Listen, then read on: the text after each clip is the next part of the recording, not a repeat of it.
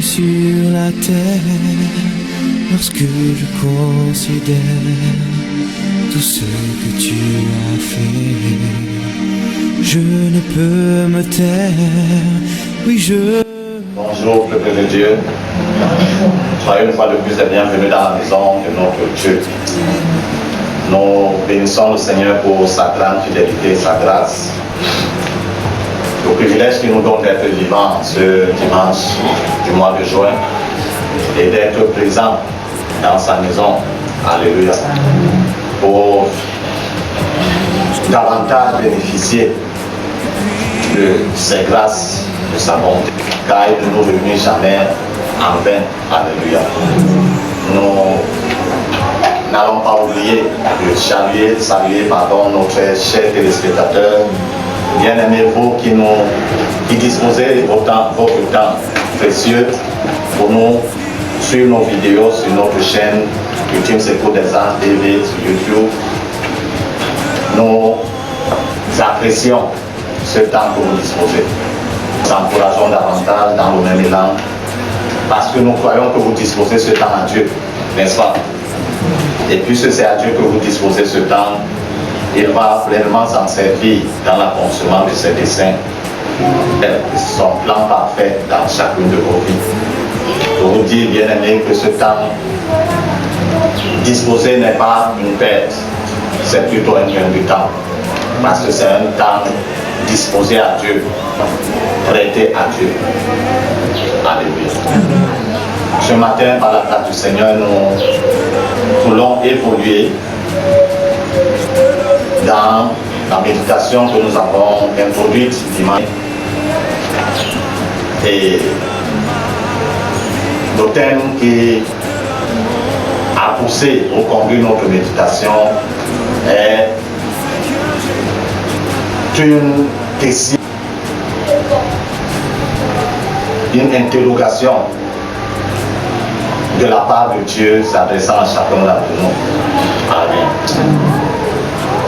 Dieu nous demande encore ce matin quel est ton degré de zèle pour lui, ton Dieu, n'est-ce pas? C'est lui ton Dieu, non? Le Dieu d'Abraham, d'Isaac et de Jacob. Il te demande encore ce matin quel est ton degré de zèle pour lui. Nous n'allons pas revenir sur les définitions pour nous qui l'avons suivi depuis dimanche passé. Et en effet, c'est à chacun d'entre nous de répondre à cette question. Je ne peux pas répondre à ta place, n'est-ce pas? Tu ne peux non plus répondre à la mienne, n'est-ce pas? Parce que chacun se connaît quand même à un certain niveau et Dieu nous connaît tous parfaitement. Alléluia. Et le texte que nous avons lu dimanche dernier était très interpellatif. Alléluia. Le peuple d'Israël, dans une zone ou sur une terre, et pendant qu'ils construisent leur tente selon la description ou la prescription que Dieu leur avait donnée, ils ont tout construit. Et la Bible dit qu'ils se à faire quoi? À vivre où? Ou dans quoi? Nous sommes ensemble. Vous avez relu après ou ça fouillé. La Bible nous fait comprendre, le peuple a commencé à vivre dans la débauche, dans l'impudicité. Alléluia. Souvenons-nous, quand on remonte un peu quelques chapitres plus haut, Balak plutôt avait invité Balaam, le prophète, de venir maudire le peuple d'Israël, le peuple de Dieu. Parce que ce peuple lui faisait trop peur. Ce peuple qui est en train de venir, il va prendre toi, viens le maudire pour qu'il soit fait affaibli et que je puisse le vaincre. Balaam est venu avec toute l'onction qu'il avait pour maudire le peuple de Dieu. Et finalement, il s'est trouvé en train de bénir le peuple de Dieu. Et Balaam lui dit que arrête-moi ça, ce n'est pas pour la bénédiction que je t'ai fait venir ici. Rappelons-nous que Dieu ne voulait pas que Balaam y aille. Il a forcé la main de Dieu, comme certains d'entre nous forcent la main de Dieu. Je ne sais pas si c'est le zèle ou c'est quoi. Parce que nous avons dit que quand il y a zèle amer quelque part aussi. Et le zèle amer n'est pas en bénéfice pour l'œuvre de Dieu. Son zèle était si aromatisé qu'il est devenu amer. Il consulte Dieu, Seigneur, dois-je aller?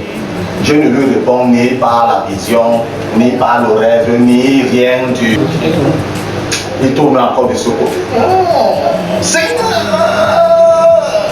dois-je aller? Dieu ne répond pas. Oh mon Dieu!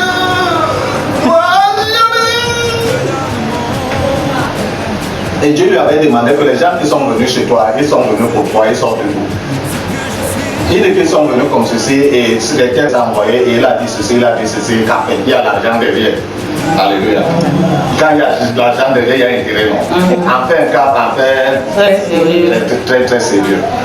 Il a vu le cap derrière. Ce n'est plus, il ne sait plus le séparer par zèle pour Dieu. Son zèle était amer parce que c'est le cap qui suivait derrière. Il est parti. Dieu n'était pas pour qu'il aille. Sur le chemin, Dieu envoie un ange. Ce n'était pas pour le conduire comme la Bible nous dit que l'ange tenait qu'un propos de ceux qui le prennent pour faire quoi? Arracher.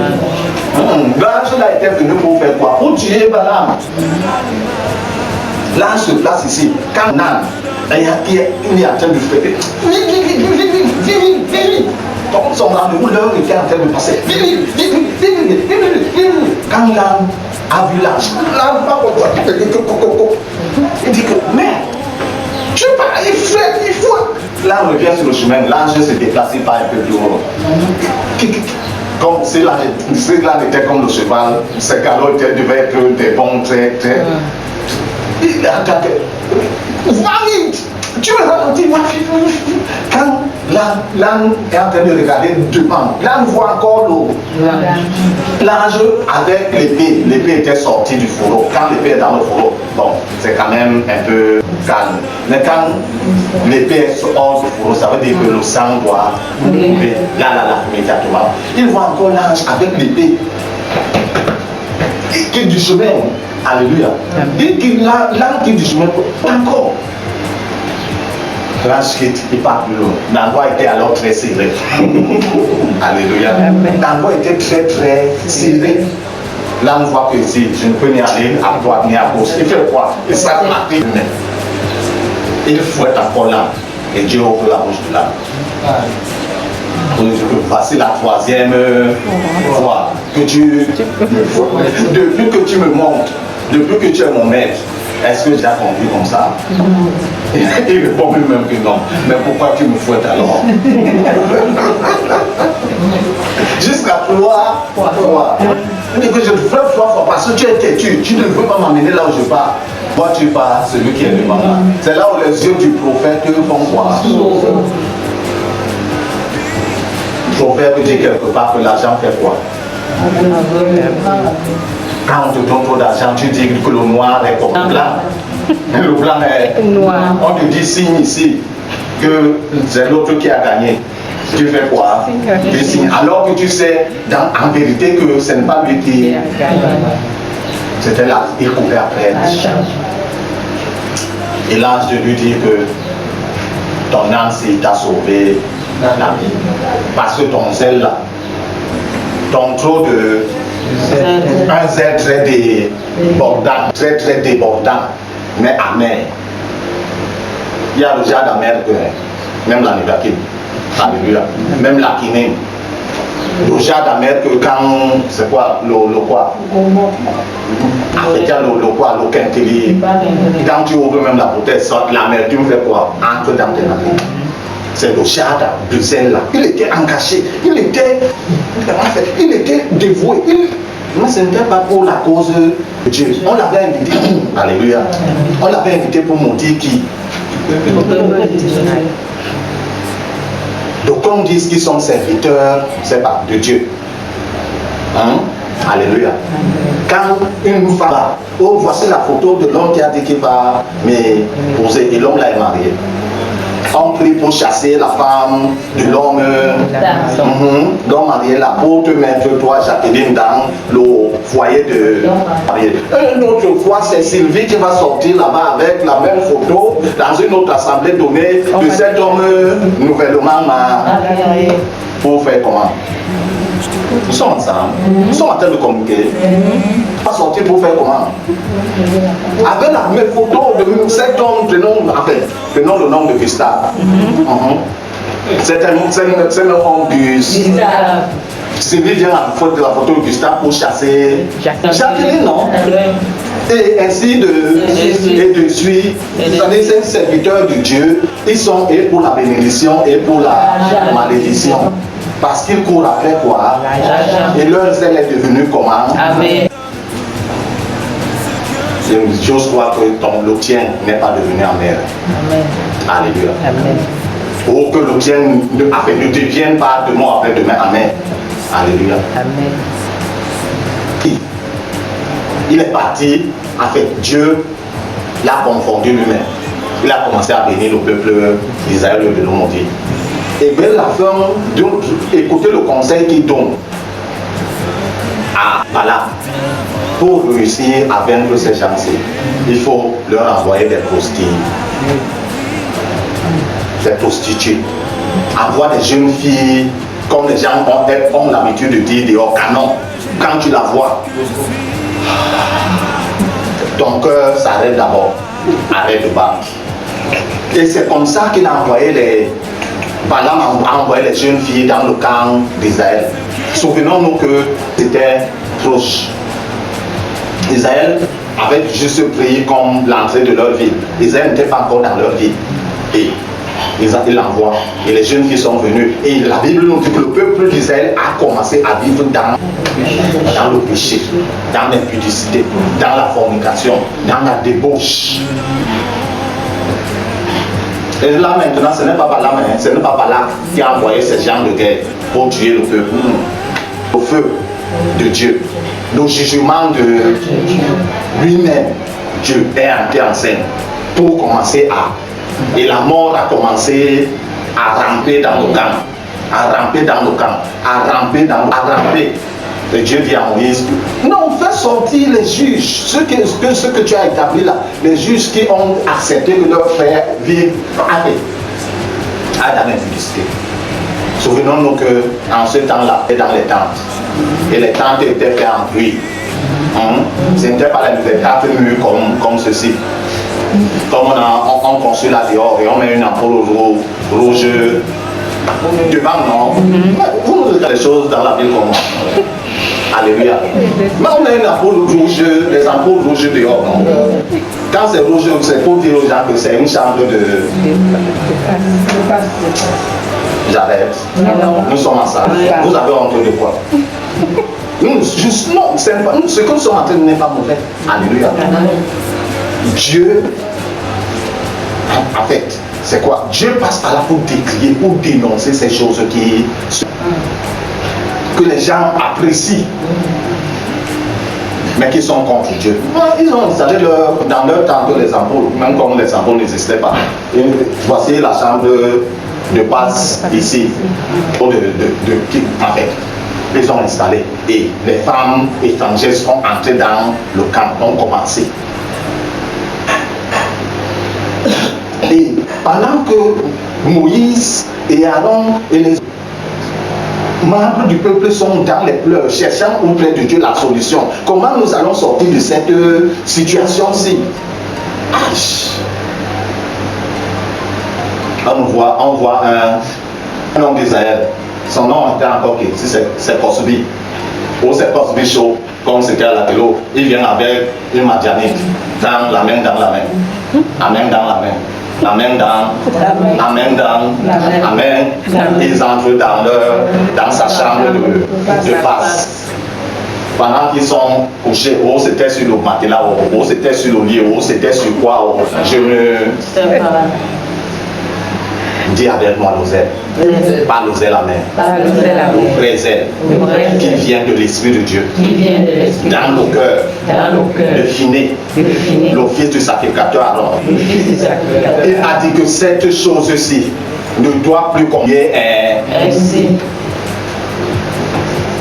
comme quand David a reçu quoi? L'onction sur la tête. Il n'était pas encore roi publiquement.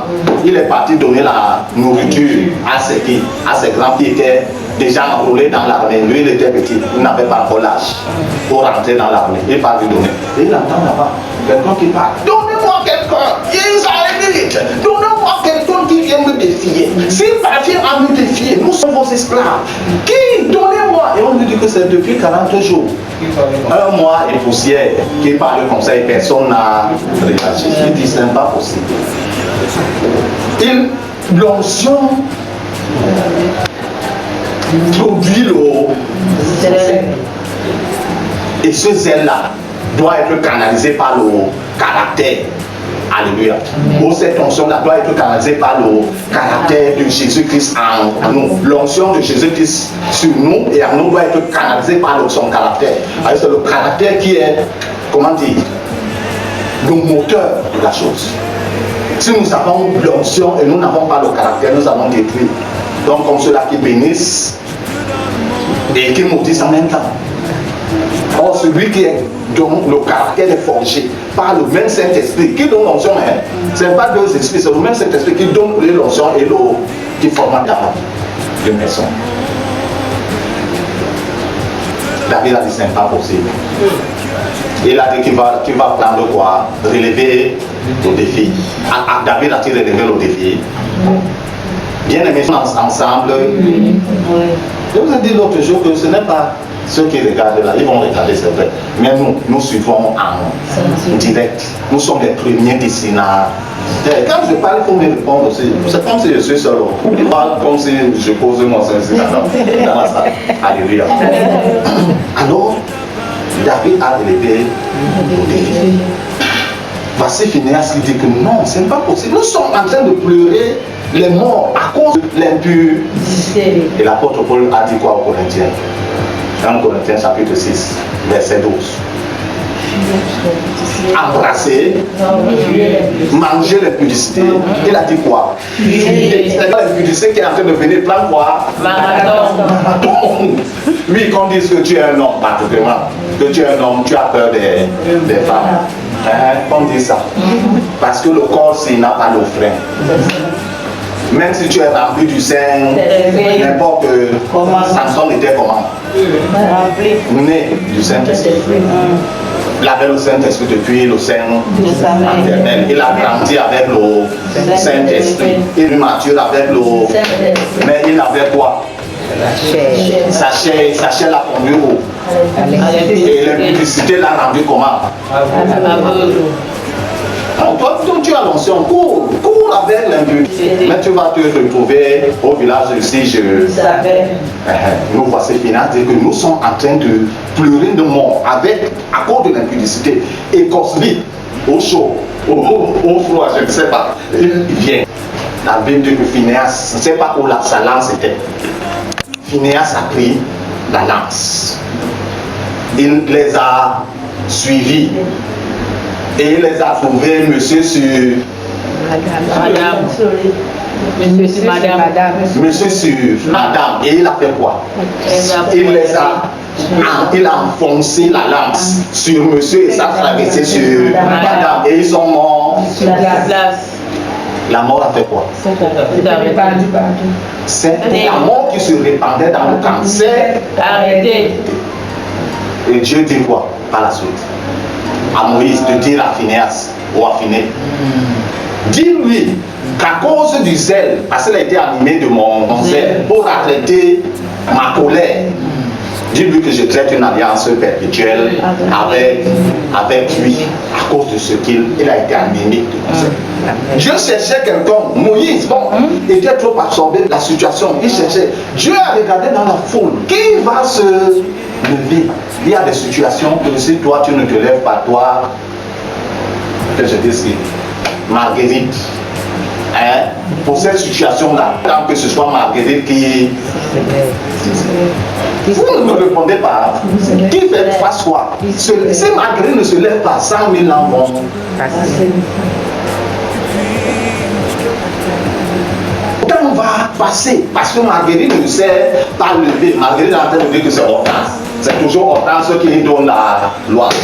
Maintenant, comme Hortense n'est pas là, on a fini la prière d'introduction, il était dans la loi. Hortense n'est qui va nous donner la loi. Marguerite ne se lève pas. Et non, n'importe quoi, même Célestine, elle se lève là-bas, sa voix de crapaud. Alléluia Jésus, Alléluia, venez louer Jésus. Bon, Dieu accepte malgré, et pourtant Marguerite est dans la... Kiné n'a pas agi ainsi. Peut-être était le grand frère, mais je n'ose pas croire, ne pas qu'il était le grand frère. Mais tout compte fait, il n'a pas regardé à son âge comme David. Parce que c'est les frères qui sont venus pour l'interdire. Tu es le petit frère de nous. Les moutons que tu gardes, tu les as laissés entre les mains de qui? Et tu penses que tu es quoi? Et oui, nous savons que comme ça, dès qu'une situation arrive, tu veux te faire voir. Va te faire voir derrière les moutons là-bas. David a dit que je n'ai pas le problème avec vous. Il est parti encore se renseigner. Et finalement, on l'a amené derrière chez le roi. Ton zèle et les chemins insoupçonnés. Amen. Alléluia. Amen. Ton zèle pour Dieu va te frayer des chemins insoupçonnés que tu n'avais jamais pensé voir. L'apôtre Paul, c'est vrai, il était dans les chaînes. Mais il s'est tenu devant les rois. Il s'est tenu devant les empereurs à cause du zèle du Seigneur dans... C'est vrai, il était enchaîné, il était prisonnier, mais il leur a annoncé le message de l'évangile. Dieu a choisi ce moyen. Mais il n'était pas dans les chaînes. Et il se levait, moi l'apôtre Paul, je viens demander l'audience à ceci. On ne devait pas lui accorder cette audience. Ton zèle va pousser Dieu à contracter une alliance comme il l'a fait avec Inéas. Qu'est-ce qu'il y a dans la maison de Dieu? Quel est le besoin qui se... Afin que tu remarques. Donc quand ils sont dans la maison de Dieu, ils ne remarquent rien. Parce qu'ils se sont limités que je n'ai rien, je ne peux rien. Elle vient même trouver que les chaises sont sales. Oh, il s'assoit, elle s'assoit sur la saleté. C'est quelqu'un qui va venir là-bas, vous constatez après, alors que tu es que la terre appartient au premier. Toi tu es le premier occupant, tu es le dernier occupant qui vient prendre ta place. Et la plaie s'est arrêtée à cause de ce que Phinéas a fait. Deux personnes même. C'est-à-dire que si la pénalité était 5 ans, non, il devait avoir 10 ans d'emprisonnement ferme. C'est Dieu qui avait dit lui-même que ne tuer. Mais dans cette situation, puisque l'honneur de Dieu, Dieu n'a pas considéré qu'il a tué. Dieu a vu plutôt qu'il a fait du bien pour arrêter les morts. Il fallait mieux tuer 2 personnes pour arrêter les autres morts, ou les centaines qui devaient tomber par la suite. Ton zèle te pousse donc à quoi? Dans la maison, ton zèle te pousse à faire quoi? Alléluia. Amen. Dans la maison de Dieu, il n'y a pas seulement les besoins financiers. C'est vrai, les besoins financiers sont... On n'en disconvient pas. Il n'y a pas seulement des besoins financiers. Il y a d'autres besoins dans la maison de Dieu qui semblent même inaperçus, qui semblent insignifiants, mais qui ont de la valeur aux yeux de Dieu. Parce que si tu parlais à la maison de Dieu, ce n'est pas quelque chose. Alléluia. Amen. Si tu nettoies les chaises qui sont sales là, ce n'est pas quelque... c'est toujours Gustave ou Gustavine qui doit toujours faire la même chose. L'autre était là, on a dit qu'elle s'est accaparée de tout. Maintenant, les choses sont devant toi, moi, dis-moi, tu dis-moi. C'est une chose de toi. On a dit devant votre Dieu, devant ton Dieu. Amen. De même, donc qu'est-ce que nous devions lire? On va juste paraphraser dans 2 Rois chapitre 10, à partir du verset 10. jusqu'au verset 16. Vers tout le chapitre, on peut lire. 2 Rois chapitre 10, à partir du verset 10 jusqu'au verset 16. Après, on devait lire. Mais l'autre, vous pouvez lire tout le chapitre. Dieu avait décidé, il y avait un roi méchant en Israël, Dieu avait décidé de d'éliminer ce roi et toute sa descendance aussi longtemps que son frère s'étendait. Vous savez qu'à ce temps, les rois épousaient plusieurs femmes, n'est-ce pas? Ils pouvaient épouser peut-être 10 femmes et avoir peut-être 50 enfants ou plus. Dieu avait décidé d'effacer et il a utilisé son bras droit ou son garde du corps. Un prophète est venu vers ce garde du corps pour lui dire que voici ce que l'Éternel, le Dieu d'Israël, a dit. Et quand le moment est arrivé, Jéhu, puisqu'il s'agit de lui, animé du zèle de l'Éternel, pendant ce temps-là, a été conduit à exterminer toute la descendance là, du roi méchant là. Parce qu'il ne fallait pas laisser sa semence. Alléluia. Il les a exterminés tous. Et pendant qu'il avance dans le travail, il rencontre un de ses amis. Et il appelle lui dit que est-ce que ton cœur est sincère pour moi comme le mien l'est pour toi? Il dit bien entendu. Si c'est comme ça, viens donc, tu vas voir mon Dieu. Ils sont allés parce qu'il y avait une dernière action qu'il fallait faire. Il fallait réunir tout, parce qu'Akab et ses femmes ont introduit le culte de Baal en Israël, pour Samarie. Il fallait réunir tous les prophètes de Baal là, dans une grande salle et les exterminer. C'est comme ça que Jonadab, l'ami de Jéhu, monte dans le char de Jéhu et ils sont partis pour accomplir cette dernière acte, cette dernière mission. Animé du sel de l'Éternel. Jusqu'à il est devenu roi. Mais bon, plus tard, le zèle est devenu aussi amer. Alléluia. Mais Dieu voudrait que notre zèle reste zèle. Un zèle sucré, si on peut dire ainsi. Du début jusqu'à...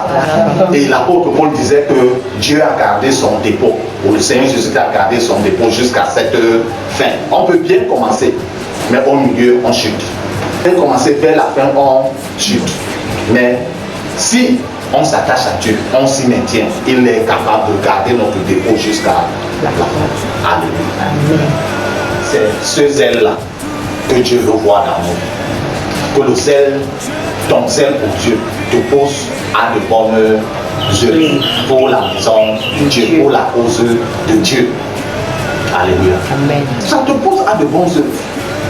Tu ne vas pas attendre. Si tu as le zèle pour Dieu, tu ne vas pas attendre qu'on annonce, qu'on fasse un communiqué. Ah, comme il est comme ça, il manque ceci dans la maison de Dieu. Pendant que Dieu, tu pries, Dieu te montre. Oh, comme il est là, voici ce qu'il faut. Ou voici ce qui est un besoin qui va surgir dans 3 semaines.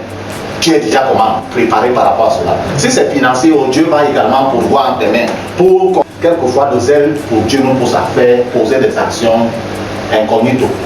Alléluia. Des actions dans le silence, dans l'anonymat. On verra tout simplement seulement ce qui s'est fait. Alléluia. Et on va parler qui a eu à faire. Vous savez, quand quelqu'un est dans la maison de Dieu, c'est lui, c'est toujours lui qui donne. Il est haut placé comme ça, n'est-ce pas, sous les yeux de Dieu. Mais Dieu, quelquefois, utilise les gens de manière insignifiante. Il ne veut pas que tu lui arraches la gloire, comme Dieu a eu à lui arracher la foi dernière. Que tu fasses et la gloire lui revient. Que le Seigneur bénisse sa sainte parole dans nos cœurs. Surtout et surtout que nous puissions précieusement la garder afin de la mettre. Alléluia. C'est ça l'essentiel. Dieu Tout-Puissant, Père de grâce et de merveille, merci pour ce matin. Et c'est pour ta parole que tu nous adresses. Merci Seigneur notre Dieu, parce que tu l'as fait sortir pour guérir nos vies, pour apporter la transformation dans nos vies, Seigneur, pour apporter le changement tant attendu dans nos vies, Seigneur, que tu voudrais voir se matérialiser de manière palpable dans nos vies. Père éternel, tu dis quand elle sort, elle ne rentre pas à toi sans effet, sans avoir accompli ce pourquoi elle est sortie. Permets que Seigneur notre Dieu, le but pour lequel tu nous envoies cette parole en ce matin, soit accompli dans chacune de nos vies, ô Dieu, nous qui sommes là, éternel, au nom de Jésus de Nazareth. Par l'action de ton esprit, Seigneur, inscris ces paroles, Père éternel, en lettres d'or, sur les tables de nos cœurs, Seigneur notre Dieu. Oh Père éternel, les tables de pierre, de chair dans nos cœurs éternels, afin que cette parole Parce que tu dis qu'elle est esprit et vie en nous et à travers nous, à la gloire et à la gloire de ton Seigneur, Seigneur. Je vais l'élever également ma voix, Père, pour celui-là, pour celle-là, Seigneur. Selon sa section d'âge, que tu accorderas la grâce de croiser cette vidéo. Donne-lui, Père éternel, la disposition par ton esprit de ne pas la zapper. Oh Père éternel, notre roi. Mais Père éternel, de s'y disposer. Et en se disposant, Père éternel, les minutes de temps que la personne, notre Dieu, disposera pour suivre ce message vidéo. Notre Dieu visite également sa vie de manière particulière au nom de Jésus. Donne-lui la capacité de comprendre ce message, de le garder en cœur et de le mettre en pratique, oh Dieu. Et pendant ce temps, visite sa vie, oh Père. Tu connais les chantiers de destruction que ton adversaire, oh Père éternel, notre Dieu, a déjà érigé dans la vie de cette personne. Tu connais tout ce qu'il a déjà mis en œuvre pour nuire à ton plan dans la vie de cette personne. Toi éternel, répète tous ces chantiers, démolis-les les uns après les autres au nom de Jésus qui m'entend. Père éternel, parlez-les. Oh Dieu, toi et jette-les à l'extérieur de la vie de la personne au nom de Jésus qui Nazareth.